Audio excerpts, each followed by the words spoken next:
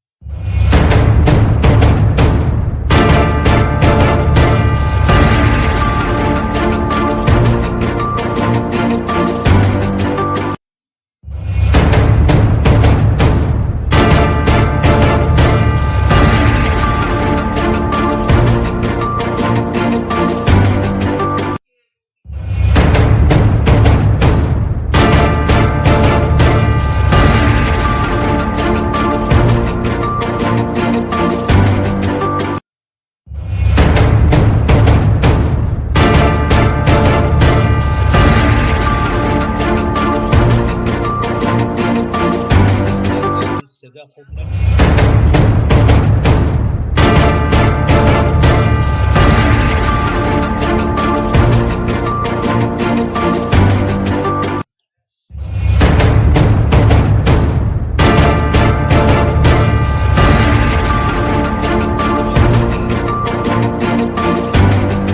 چیزی میاد.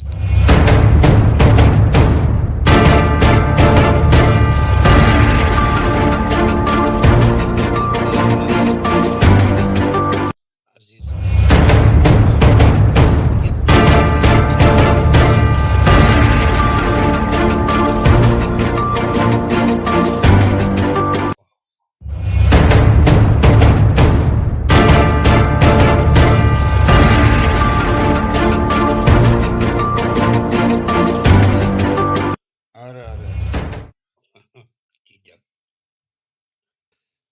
دوستان سلام. امیر سلام سلام عزیز جناب انزابی. درود بر شما. این آقای چیز آقای مدت هاست ناپیداست، آقای گیلمرد مدت هاست ناپیداست. نمیدونم چیزش نتش خرابه چجوریه، یک هفته ما نمیبینیمش توی روم ها. الان تو روم هست، ببینیم یه اینوایت بفرستیم. من در فرستادمش. حیرانی است، هنوز در حیرانی است، دست روی پیشانی داره فکر سلام میکنه ولی عرض نمیتونه میکنم بیان. خدمتتون دوست عزیز. خیلی خوش آمدید، زنده باشید. ممنون. ممنون قربان، ممنون. دعاهای زاهدان. جانم. ایشون به گیلن و مازندران فکر میکنه. اومد بالا. خوش اومدی آقای گیلمرد. گیلمرد ما صدات بشنویم. یه هفته یه غیبت داشتی، رقمش از هر ساعتی 100 پونده هر کی غیبت بکنه تو این روم. حالا تو ایران تبدیل بکنیم چقدر میشه خدا میدونه. مگه ملا سیدری از پس حسابش بر بیاد، چون اونا دوزیاشون میلیاردی، حسابشون خوب شده. از آقا من سلام. آره آره آره. آره من چون میدونی نتم خیلی محدوده، همین یکی دو دقیقه بتونم شانسی وصل بشم. فقط من الان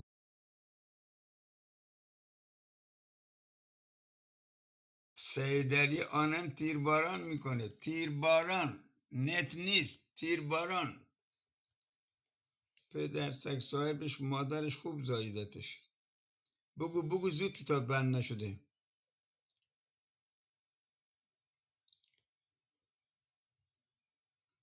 بگو تا بند نشده.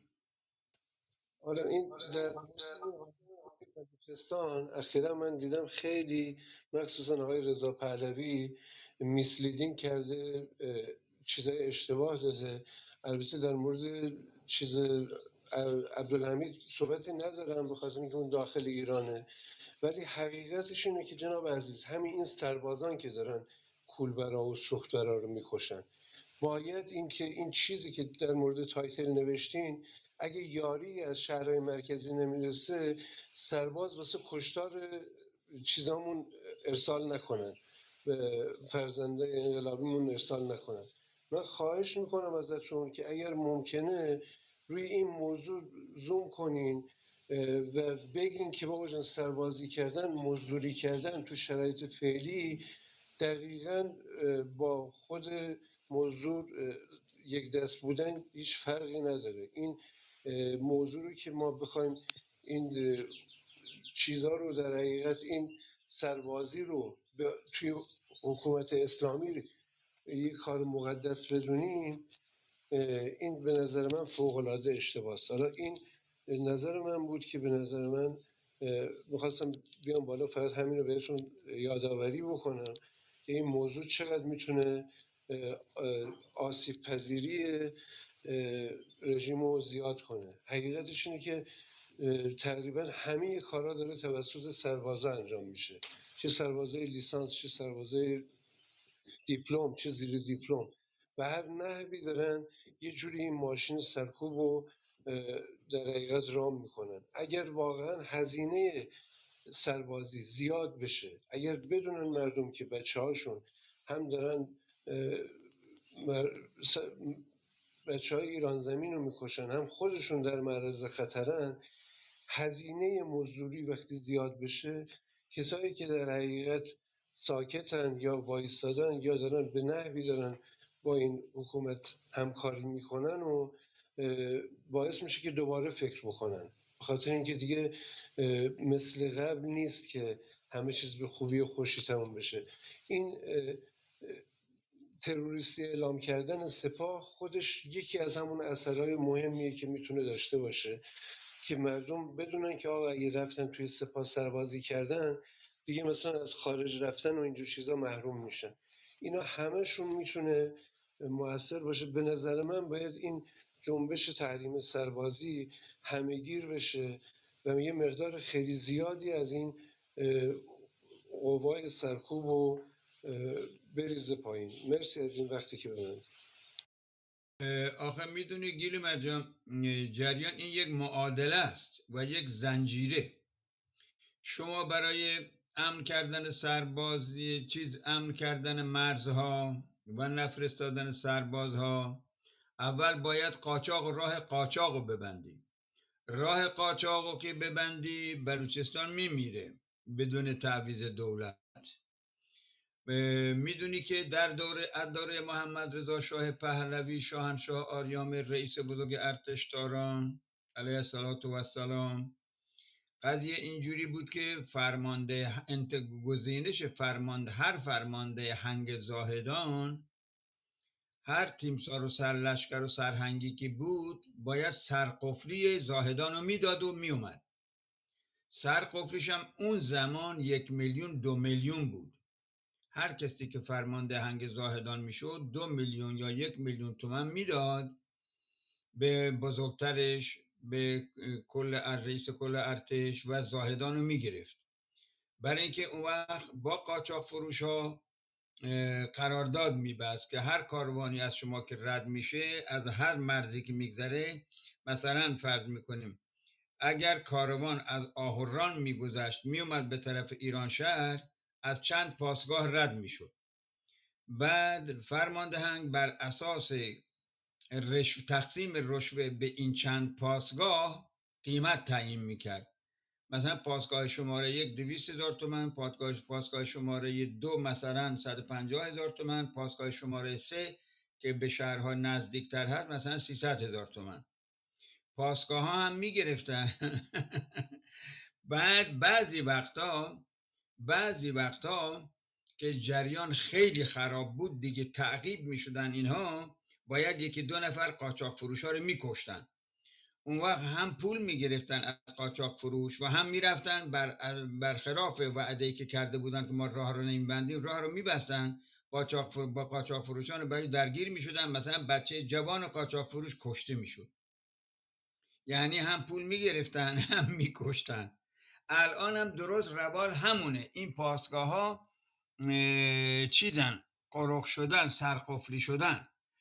هنگامی که نان 13,000 تومانه و تخم مرغ آنقدر تومان دیگه و یک سیگار مثلا و آنقدر تومان دیگه، شما ترس از کشتن و هر کسی به این گشنگی، پوشیدن این گرسنگی وحشتناک سخته که این پست رو قبول نکنه که روزی 100,000 تومان، 200,000 تومان، 1,000,000 تومان گیرش میاد. سربازا هم داوطلب میشن برای این پاسگاه ها. گروهبانا هم داوطلب میشن که ما رو بگذارید بریم سر مرز بلوچستان. معادله است زنجیری. همینجوری نمیشه گفت آقا مردم خراسان، مردم شیراز، مردم کرمان، بچه هاتون رو رحم کنید، به این انقلاب کمک بکنید. اگر نمیخواید تو خیابون بیاد، نمیخواید سلام بکنید، ولی بچه هاتون کافیه سر مرزها نفرستین. مشکله.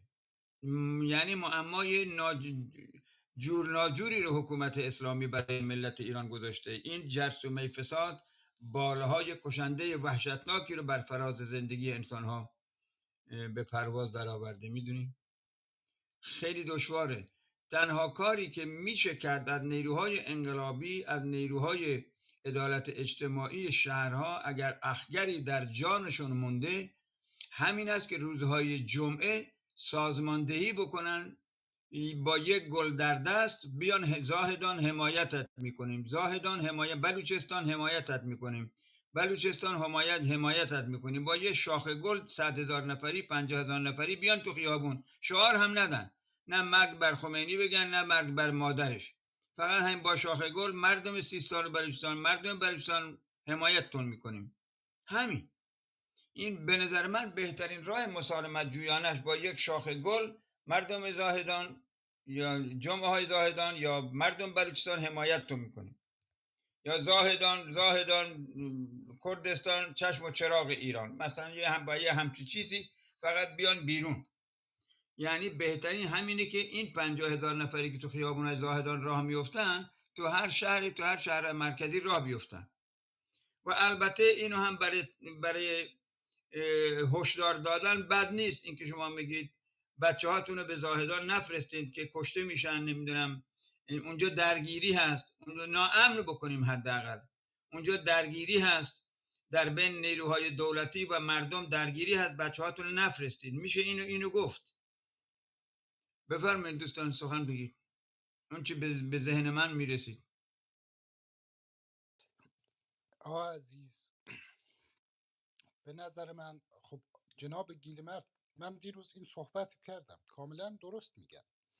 یعنی باید این تقدس زدایی بشه. سربازی بابا، ما تو کردستان یعنی هزاران راپورت هست، همین سربازا شلیک میکنن به این کولبرای بیچاره. بعضی وقتا اصلا راپورت هست که برای تفریح، مثلا هست تفریح، سیب میزاری شلیک میکنن اینا، تفریحی به مردم شلیک میکنن. یعنی حتما عکس‌ها دیدین، مثلا حتی به اسبم رحم نمیکنن، به حیوان. یعنی این تقدس زدایی از سربازی، خدمت به جمهوری اسلامی تحت هیچ عنوانی خدمت به میهن نیست. بعدش هم عزیز، یعنی منطقی نگاه کنیم، اصلا چرا باید سر مرز چه میدونم نیروهای ارتش و سپاه باشن؟ این سوال مهمیه. به این گستردگی قرار حمله شده به این مرزها؟ چیزی شده؟ اینا فقط اونجان که قاچاق و برای سپاه پاسداران امن کنن. باید به قول معروف آره این تقدس زدایی بشه و وارنینگ داده بشه تا آقا هر کی بیاد تو بلوچستان نباید منتظر باشه که سالم برگرده. منطقه جنگی رژیم از مردم میکشه، مردم هم یعنی عمل متقابل انجام میدن. این باید یعنی فهمیده بشه برای اون مردمی که ناآگاهن، وگرنه یکی مثل رضا پهلوی که میاد تسلیت به جمهوری اسلامی میگه. ببینید دوستان، تمام این کسانی که در طول حداقل 30 سال گذشته من میشناسم در رأس حکومت بودن، همه از کشتار مردم کردستان گذر کردن. یه پل مثل یه پله است، یعنی کشتار در کردستان یه پله بوده برای ترقی تو این رژیم.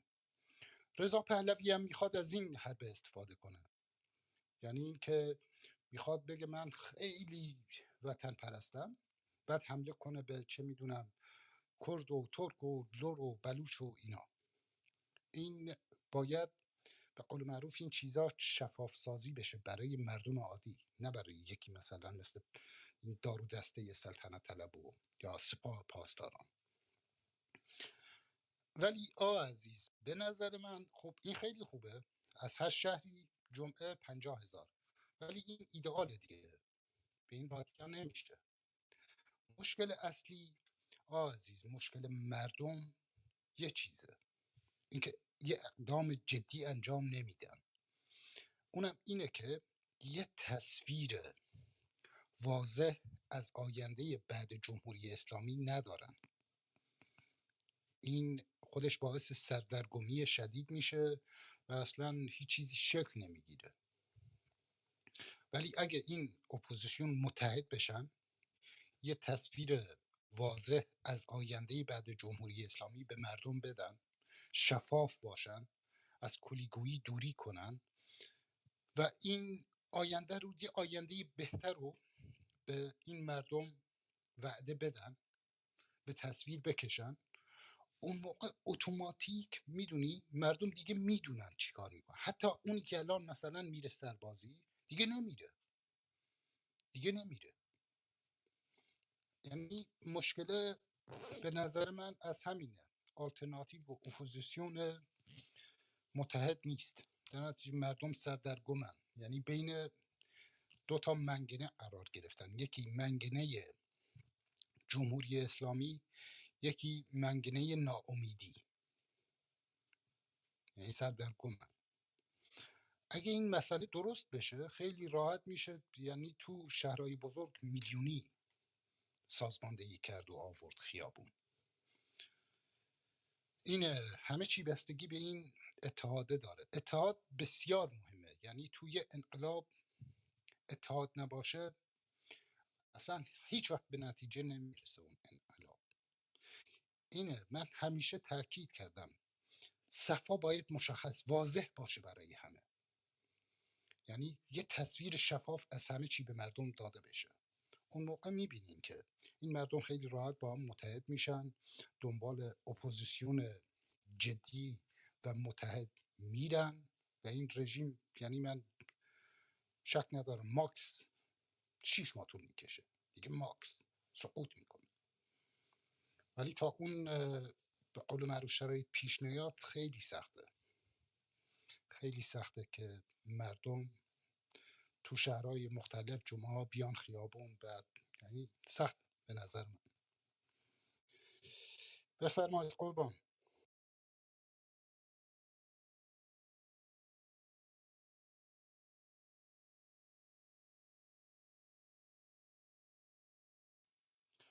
میر صدای من بود آقای گیلمرد صحبت کردم.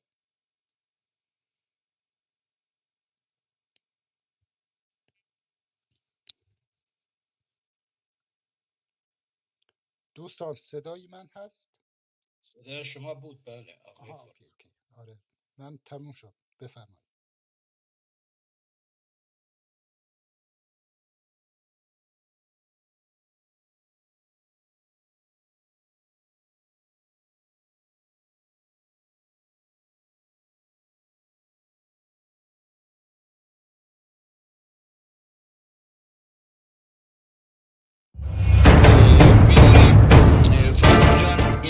کی انجام میگیره؟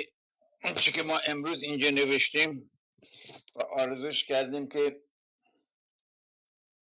ریزش نیروها در خیابان از مراکز شهری زمانی میشه که بچه‌هایی که الان از احزاب و سازمان‌های سیاسی حوزه دارن، الان خب همه احزاب سیاسی ایران احزاب ممنوعه حوزه دارن که بچه‌ها هستن، بچه‌های سازمانده انقلابی هستن، منتها چون اینا به تنهایی هر حزب نمیتونه اقدام بکنه، خطرناکه، تنها کمن. ولی وقتی که این بیانیه مشترک حزب دموکرات کردستان کامل همکاری شورای همکاری کردستان و حزب چپ و حزب توده و مجاهدین و نمیدونم شورای مدیریت و نمیدونم جبهه ملی، هنگامی که این بیانیه بیاد بیرون، اینها یگانه بیانیه رو بدن بیرون که مردم رو سازماندهی بکنید، اون موقع میشه. چون اونا دیگه نیروهای سیاسی میگن ما همه با همین. اون وقت اونا یکی یکی با هم تصمیم میگیرن، از هر حوزه یک نماینده، از هر سازمان یک نماینده، به جنبه به سازماندهی کوچه ها و خونه ها و خانواده ها میرسن و تقریبا این امر اطلاع رسانی سازماندهی شده، سیاسی شده، میگن که فلان روز فلان ساعت همه در میریزیم. اینجوری میشه. ما منتظر این بیانیه کی میاد کشت ما رو. این بیانیه کی میاد؟ اینها چه کی این گفتگوشون تموم میشه؟ الان 1 ماه و نیم وارد گفتگو هن. هنوز خبری نیست. این بیانیه باید بیاد. دقیقا منم صحبتم همینه، تا اون اتحاد شکل نگیره همه چی همین جوریه. یعنی من یه تغییر اساسی نمیبینم تو شرایط ایران. منم دقیقا مثل شما فکر میکنم. ولی اگه اون اتحاد شکل بگیره، به قول معروف این اتحاد یه فراخوان بده، یعنی مطمئنم تمام شهرها جواب خواهند داد، کم یا زیاد. یعنی یه تحول، یه جهش ایجاد میکنه تو این انقلاب با همون بیانیه اولش.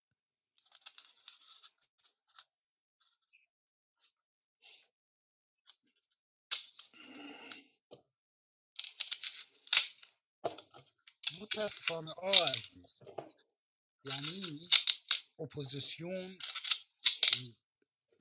اپوزیسیون ضعیفه. یعنی نه فقط اپوزیسیون، منظورم اینه چون فرهنگ تحزب خیلی ضعیفه، اینه دیگه این اتحاد با مشکل شکل میگیره.